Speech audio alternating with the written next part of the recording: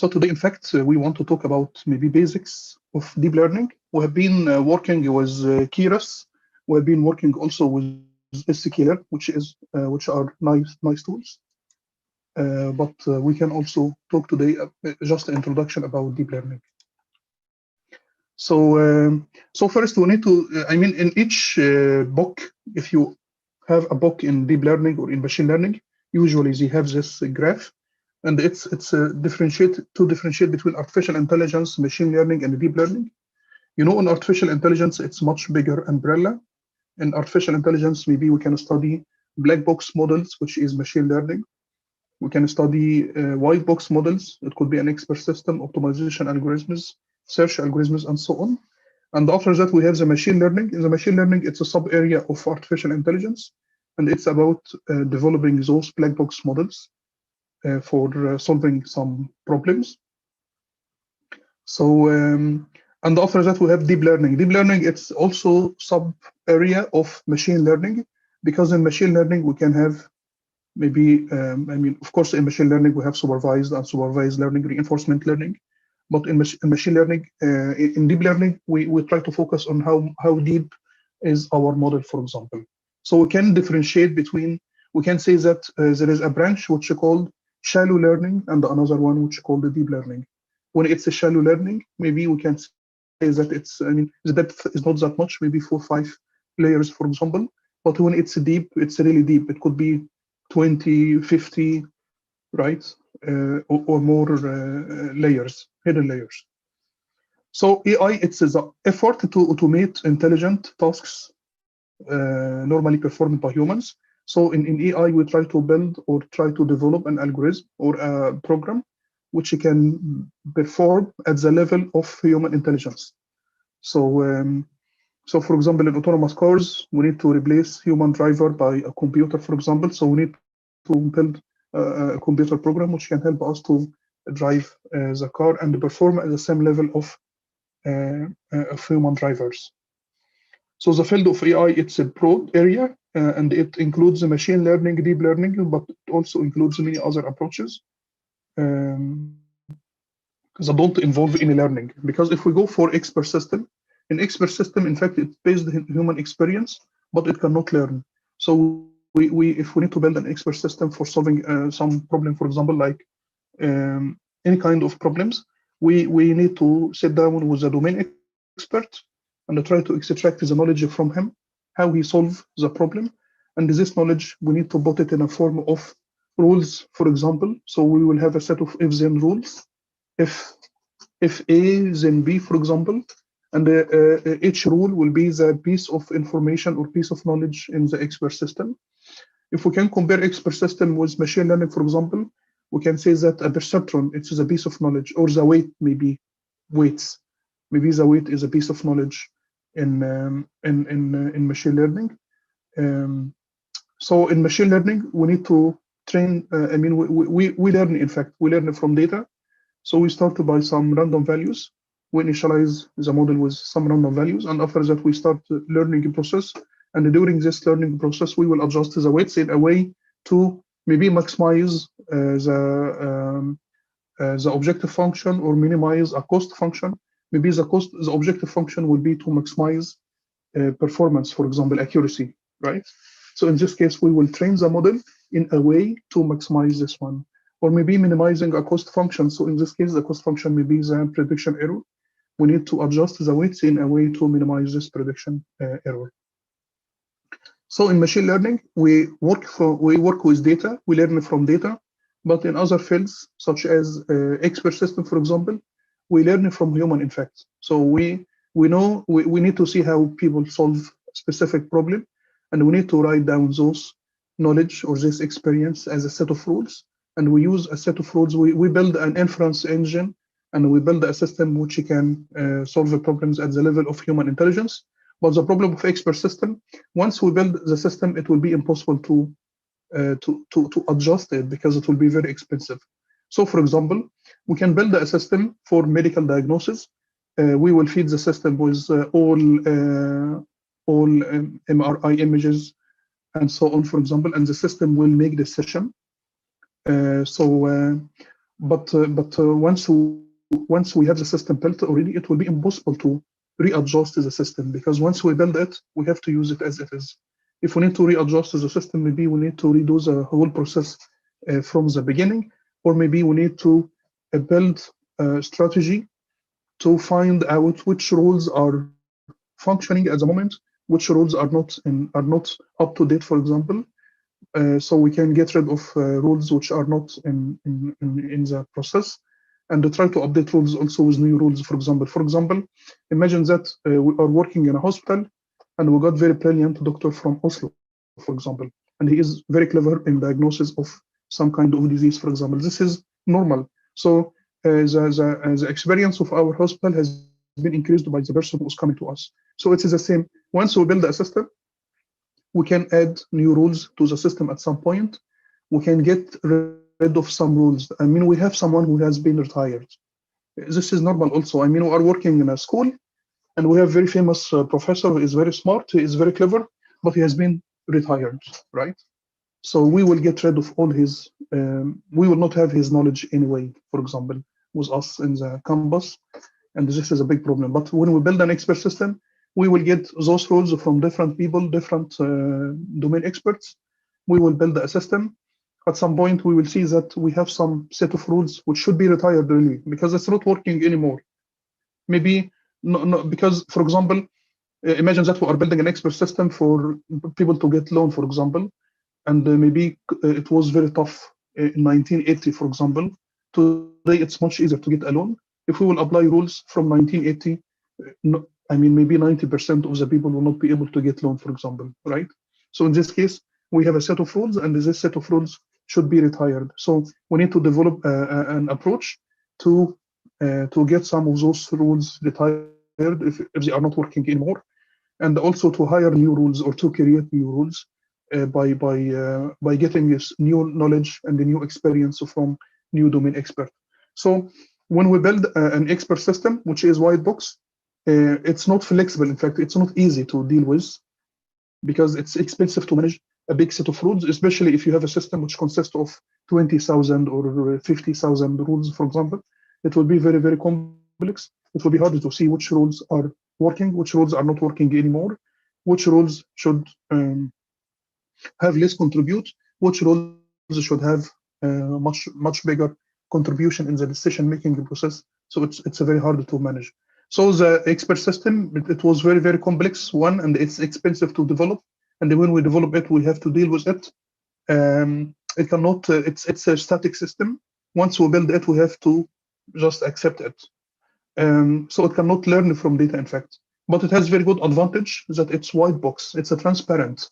So when we make decisions, we can understand why this decision has been taken. So imagine that you have a patient, and he feeds the system with all his data, all X-ray, all MRI images, and so on. And the system decided that he has a kind of disease.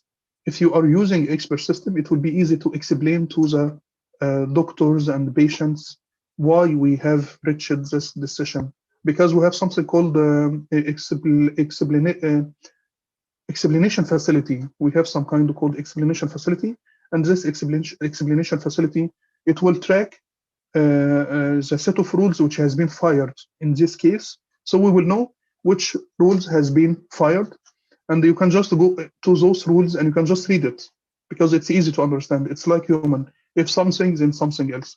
So it will be easy to explain. It will be easy to get a report to explain why we have taken this decision. Compared to black box models in machine learning, it will be impossible to have this one. As you know now, in machine learning, we will feed it with images or data, and it will just make decision. It will be impossible for us, in fact, to understand why this cat is cat, why this dog is a dog, right? Because it's a black box model. We don't have this kind of explanation facility. So the idea here in artificial intelligence, we have many different areas, different branches. But I mean, maybe the most hot topic at the moment, it's black box models. It's machine learning, because machine learning, it's easy. In fact, it's very cheap to develop, and it's very simple to build. And also, it's very easy to adjust or tune, for example, in the future. We can build a system today, and if we got new data sets after 2 weeks or 3 weeks, we can just retune the system, retrain the system, for example. You know, we have been studying online learning. So what does it mean, online learning?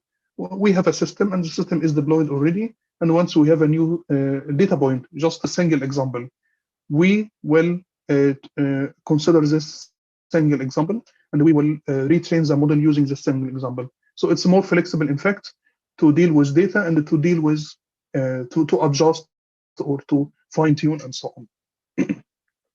So machine learning is a field of study that gives computers the ability to learn without being explicitly programmed. And deep learning deals with neural network with more than 2 layers. So maybe you can just say that when it's 2 layers or 3 layers, it's a shallow learning. And when it's more than 2, 3 layers or 4 layers, we can just call it deep learning. So you can build a feed-forward neural network with 10 or 20 layers, and we can just call it deep learning, right? So in deep learning, we can just have feed-forward neural network, which is deep.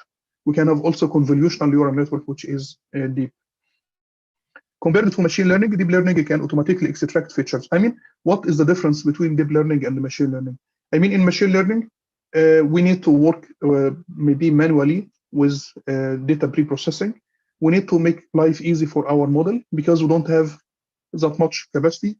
We need to help the model to make decisions easily. So maybe we need to work with data, we need to extract features by ourselves and feed those features to the model, right? But in case of deep learning, we don't need to do this, in fact. So the model will take care of this. It will try to extract meaningful features, high-level features from those features and to make the decision. So it will do this one automatically. So the best thing in deep learning, in fact, it makes life much, much easier for us. So I mean, because, for example, if you want to work with facial recognition with machine learning, maybe just to feed forward the neural network, maybe you need to work a little bit with image processing and to try to extract some features from the image, and after that feed those features to the machine learning model. So the machine learning model will try to make decisions. But in deep learning, in fact, we don't need to learn anything about machine vision or about image processing, because it will do those tasks automatically. You just feed it with your raw data, because in fact we have lots of raw data, and the idea here to make life much easier, to build a system where we can feed just raw data as it is, right? We don't need to do anything with deep learning models. So the machine learning model transforms its input data into meaningful outputs, a process that is learned from exposure to known examples of input and output. In deep learning, what is the meaning of deep, in fact? Is it deep understanding, for example? Is it shallow understanding? Because we have deep understanding, we have also shallow understanding. So deep learning is a specific subfield of machine learning, learning representations from data using successive layers to achieve meaningful representations. So we will apply the input image here. We have successive number of successive layers, and each layer will try to learn something from the image. So the deep learning is not a reference to any kind of deeper understanding achieved by the approach. Rather, it stands for the idea of successive layers of representations using a stack of layers on top of each other. Deep learning technically is multi-stage way to learn the data representations. So each layer will try to learn some representations, and those representations will be delivered to the next layer and so on, until here, maybe layer number 4 here, it will learn something very high level features from, so maybe you can just say that layer 1, it will deal with low level features, and layer number 4, maybe it will deal with high level features. It will try to extract something which can help it to make some decisions. So this is MNIST dataset. We have an image which is 4, and the idea here is to try to say that, okay, the output is 4. I mean, you know, black is 0, 0, 0. When it's white, in fact, it's 1. So it will be like this one. So we have 10 outputs, and it's one hop encoded, right? So we have 10 outputs, and when the input image is 4, we need 4 to be 1, and the rest will be zeros. So maybe you can just, I mean, maybe the activation function in layer number 4 here, it should be, maybe it could be softmax, for example. So softmax to get the probability of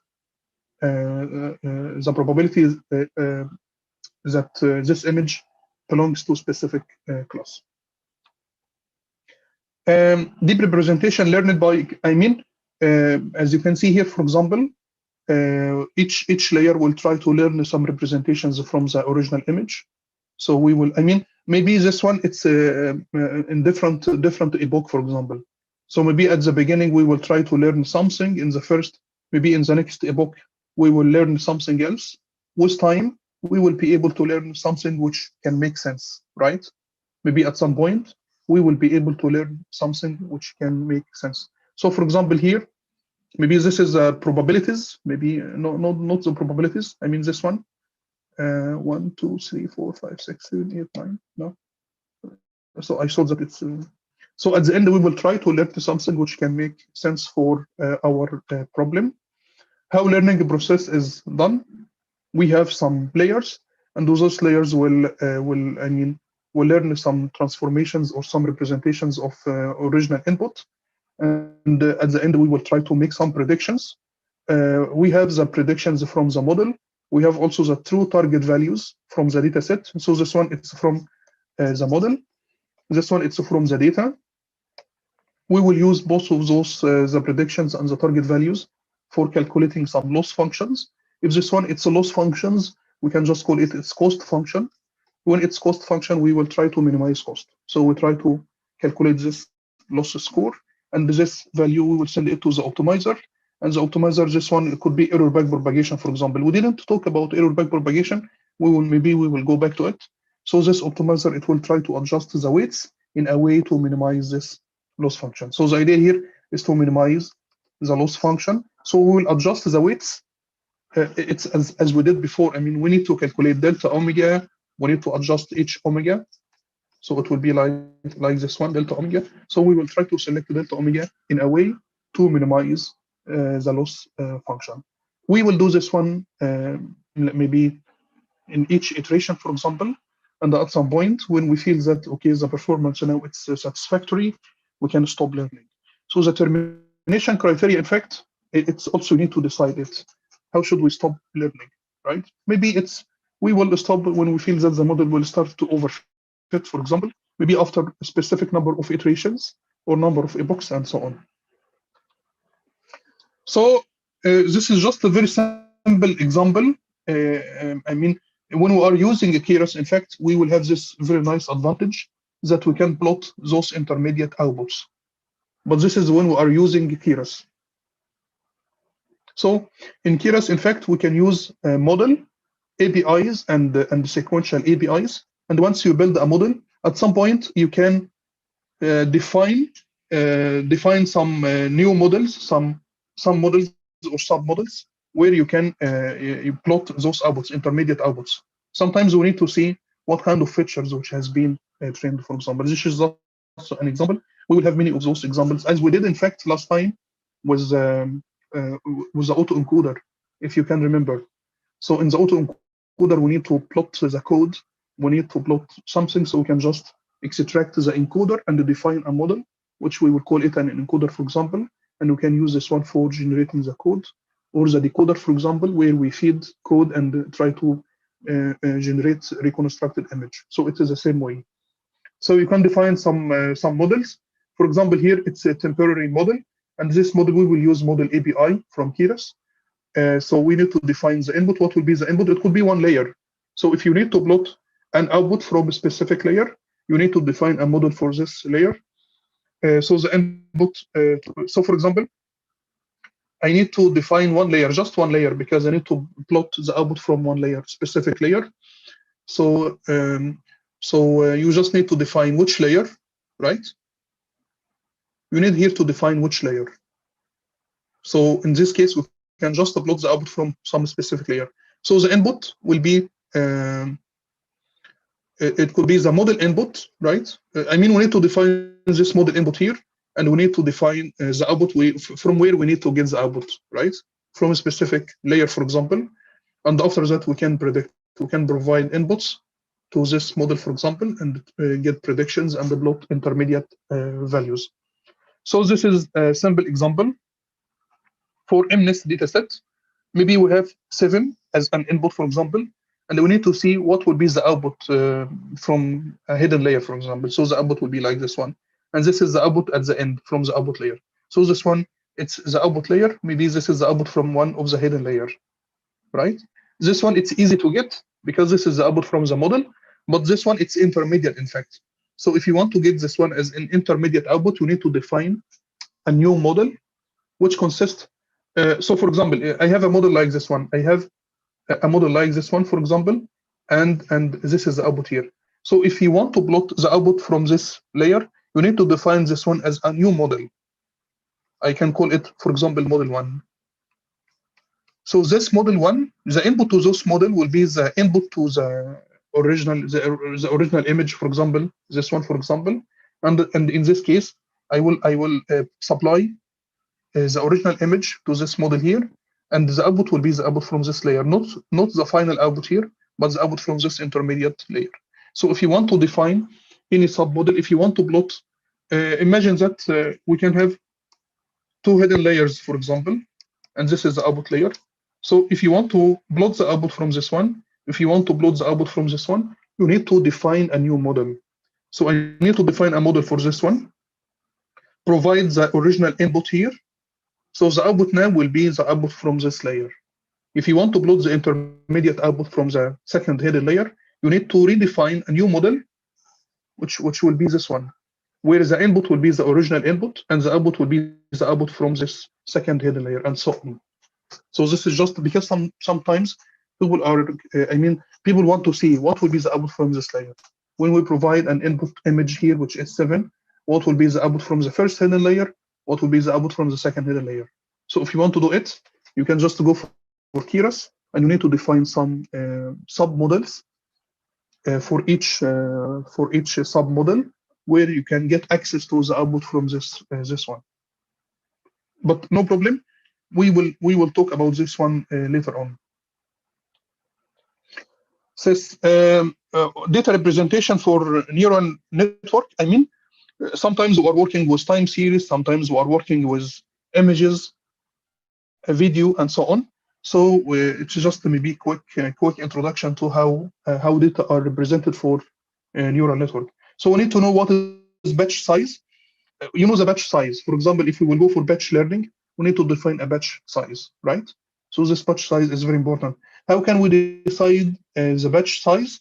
It's according to the memory, how much memory we have, and how much, what is the memory size required for each image. So for example, if you need to decide that the batch size will be 128, maybe 128 will be too much, right? Maybe it will be too less. How can you decide that the batch size will be this number? So it's according to how much memory you have, and what is the size of each image, for example. So you can make some calculations, and based on those calculations, you can decide the batch size. But of course, you can go by random, and if your system will stop at some point, you can just reduce it or increase it, for example. But we need to do it. In fact, in reality, we should do it by calculating how much memory we have, and what is the what is the size of each image, for example. So for example, if you have a batch size which is equal 128, for example, you need to divide your training data set into a number of batches, right? So so if the batch size is 128, so maybe each batch will be this one, right?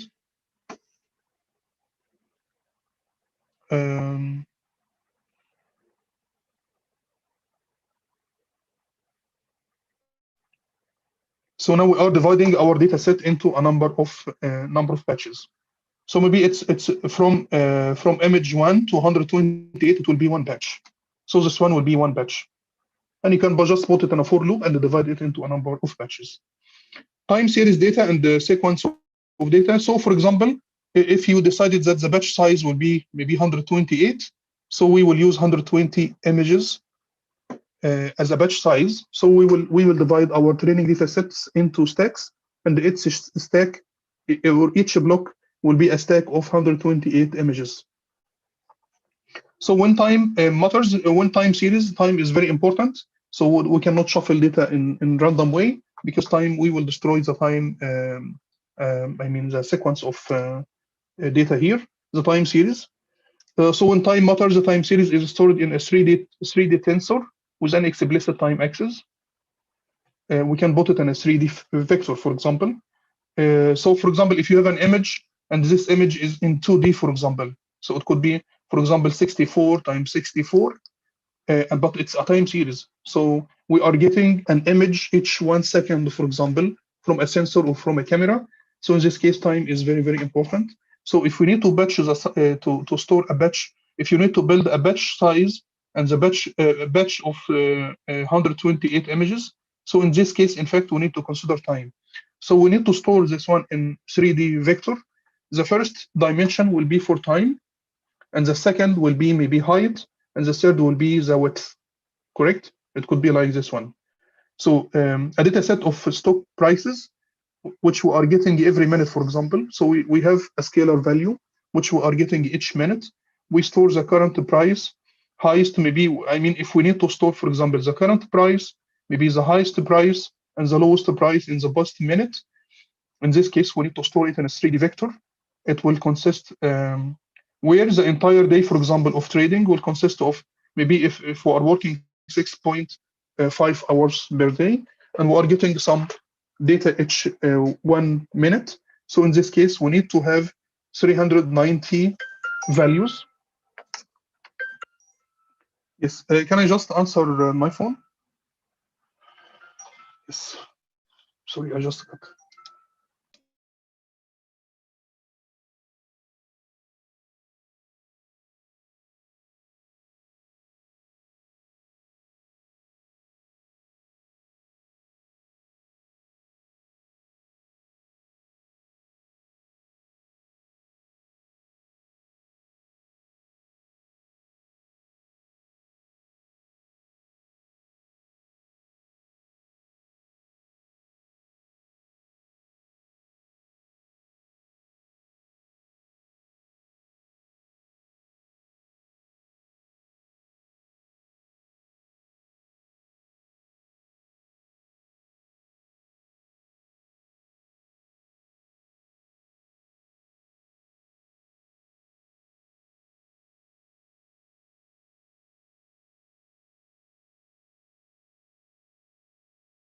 So sorry for. So if we are getting the data points each minute, for example, so we can just store it in a 3D vector, and one vector will be for time. Maybe the other 3 values will be for those maybe current price, highest, and so anyway, each day we will get those 390 values, right? 390 values. It will be in the second one, and if we are collecting for 1 year, for example, where without holidays we will have 25 working days. So the 3D vector will be like this one. So the first dimension will be number of days. The second will be number of minutes or number of data points. And the other one will be the 3 values which we need to store.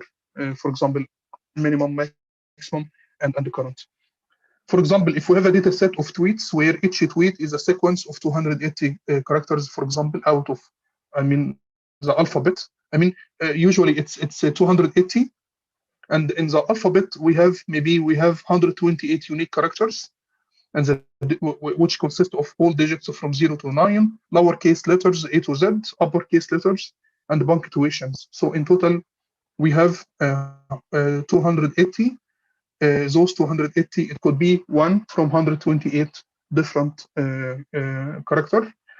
So in this setting, in fact, we can put it in two. Each tweet will be in this form. So each tweet will be a 2D vector or tensor of this shape. It will be in 2-dimensional shape. So the length of each tweet will be 280, in fact, right?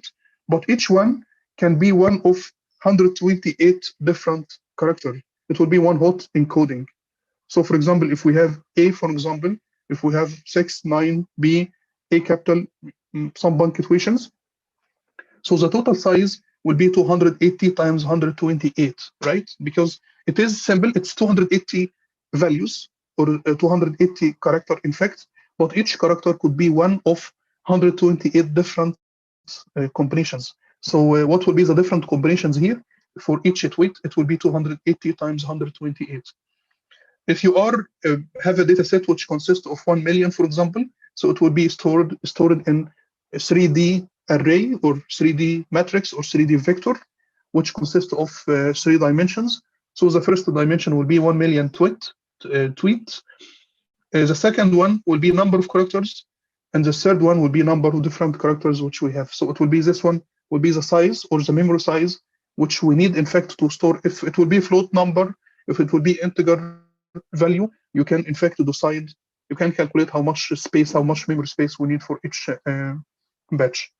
For example, for images, for example, if it is to do 2D images, for example, or if it's a 3D image, if your image is 3D, for example, so in this case, the dimension will be maybe height, width, and color depth, correct? So it will be 3, because if it is RGB, so we will have 3 color channels, for example. So each image, in fact, will consist of 3 layers.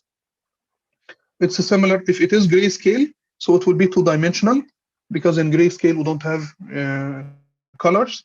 So like an MNIST dataset, for example, so a batch of 128 grayscale images of size, because for MNIST it's 28 times 28, it will be this one, right?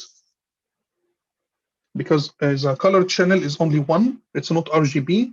This one will be maybe the height, this one will be the width, this one will be the batch size.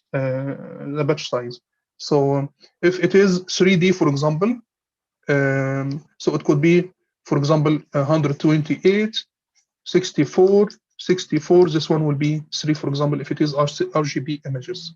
So you can just see how much space we need for each image, multiply it by 128, for example, so you can calculate how much memory we need. For video, for example, it will be different. It will be 5D, for example, because we have the samples, and in each sample we have number of frames, and each frame consists of RGB image. So we will have height, width, and depth.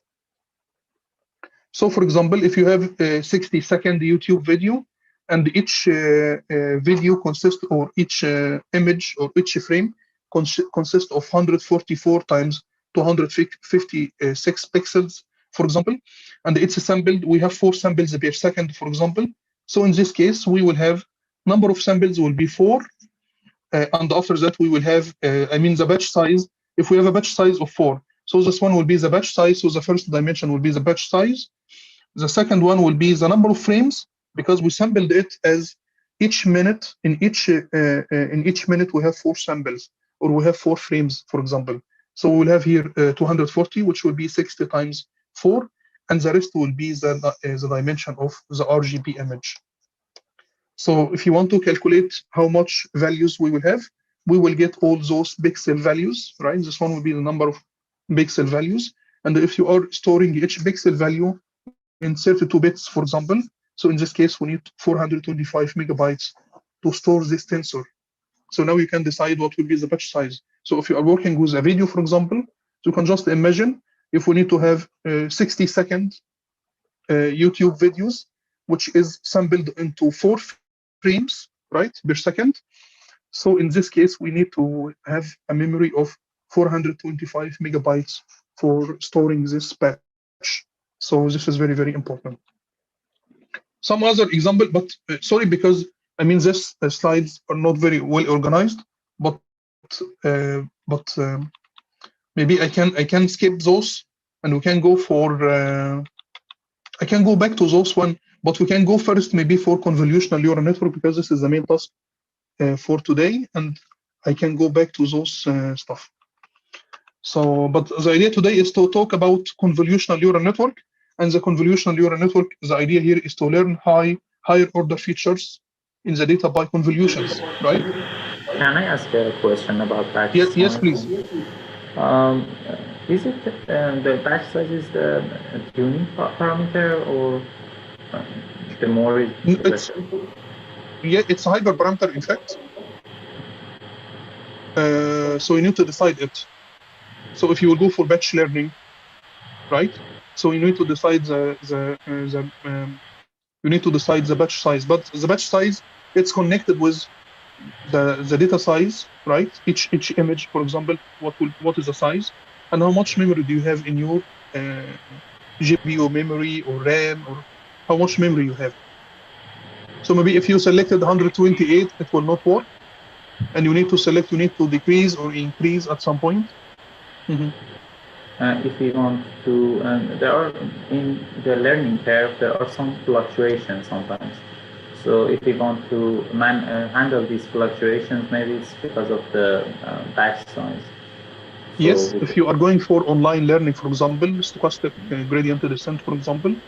So we train, like, it's online learning. So online learning, we train the model example by example. So we feed inputs, we calculate gradient, we go back in error back propagation, for example, and adjust weights each time, example by example. So we will see lots of those fluctuations. So one way to get rid of those fluctuations is to use a batch, batch gradient descent, for example. So when it's so batch gradient, we will feed a batch size. We will calculate the gradient. We will have the average gradient, and we will go back for adjusting the weights only one time each epoch or each batch. Yeah. So I just want to know that about batch size. Um, if we go, the batch size is bigger, it became better, or no? We should train it and see in experiment that which parameter, which size is better for our model. It's Of course, because it's a I mean hyperparameter. it will be better if the batch size equal to the size of the training data, right? So if I'm working with the whole training data as one batch, this is maybe this is the optimum, right? Uh-huh. But this is the ultimate goal. But maybe you cannot do this because of memory problems, and we need to divide my training data set into a number of batches. So the batch size, in fact, it's connected with memory you have and the size of the data set which you have. But maybe the optimum way is to just to use your whole training data set as one batch. It will be will be the best, maybe the optimum way for training your model. But we divide it into number of batches because of memory problems. So in fact, it's a trade-off between stochastic gradient and the batch gradient, right? We have this mini batch gradient. It's a trade-off between the stochastic gradient and the batch gradient, and we just divide the training data into a number of batches to try to not have big problems with memory issues. So how we it's a hyperparameter, but it's not like we will not select it by random, for example. We have some constraint, in fact, my memory. So maybe if I will go for full batch gradient, maybe it will not possible to train because it's impossible to have all those data points or data set in my memory, and we need to divide it into a number of batches to make it, possible. Okay, thank you. Yeah. So, if we will go back also to this one, it's internet movie database. It's the same. This is reviews of some. When you watch a movie, for example, they ask people to write some review for a movie, and of course the size will be different from. Some people want to write a lot. Some people want to write less. For example, and the people usually use natural language processing for sentiment analysis. You can just have this binary sentiment analysis. You can just say it's a negative or positive, for example. So as you can see here in this table, we have some reviews of some movies, for example, and on the other side, this is negative review or positive review.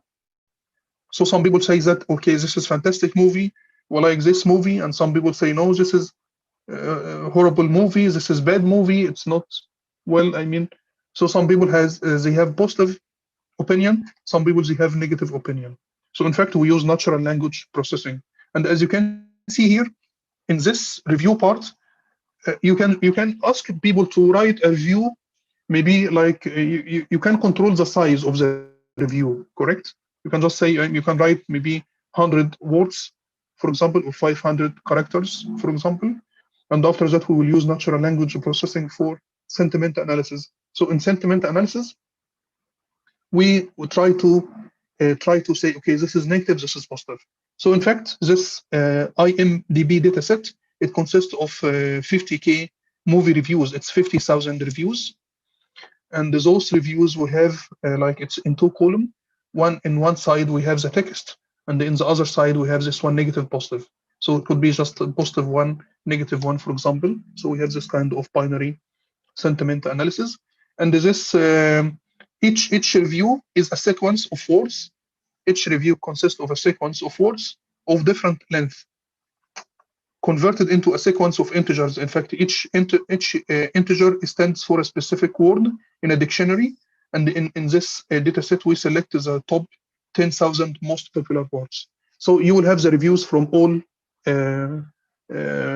people who are watching those movies on internet, for example, and the length of each review will be different, because some people, you can just write one sentence. Maybe some people will write a lot, big review. Maybe he can write one A4 page, for example, size.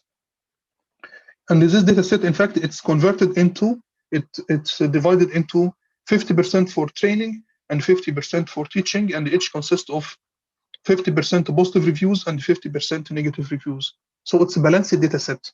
Balanced, which means 50% are positive, 50% are negative. And each review is a sequence of words will be converted into a vector of 10,000. If we will select the top most popular 10,000 words, because if you can analyze those reviews, for example, you will see that all people, there are some words, I mean the frequency of words which appear in each review, we can get using natural language processing, we can get we can sort it according to the most popular used words. So all those reviews, we can convert it into list of words, and we can have the frequency of words used on those reviews, and we can sort them from high to low, for example. So, and we can pick if you want to, because in machine learning we are working with a fixed length, but in text, in fact, we are not working with a fixed length, because some people write more, some people write less. So, for example, if you asked me to write a review, maybe I will write 20 words. Maybe for you, you will write one for A4 page, for example. So the length will be different from between people. How can we fix this for machine learning? Because in machine learning, we are working with fixed length. So in this case, we can just we can get a list of most popular words used in the text. And for example, we will have in one side each word, and on the other side the frequency of the frequency of each word in the whole text. And after that, if you want to get fixed, we can convert each review into a vector of fixed length. So for example, we can just say that, okay, now we will represent each review as a vector, and this vector length will consist of 10,000 words, for example. So each review will be represented as a fixed vector, and each vector will consist of 10,000 zeros, in fact, and it will be only one when this word appear in this review. So so in this case, for example, if my data set consists of 50,000 reviews, if we need to represent it as in a vector, for example, it will be this one. It will be represented as a 2D tensor of shape 50,000 times 10,000, right? So for example, this review, I don't know how many words here. We will convert this one into a vector, and this vector will consist of 10,000 values of zeros. In fact, it will be one vector, not matrix. It will be just one vector, one long vector, and 10,000 zero values, and it will be one only when this word appear in this review. So in this case, for example, this is just an example. We have this review. This is a review, which is a sequence of words. This is the raw material which we got from people. This is one review, for example.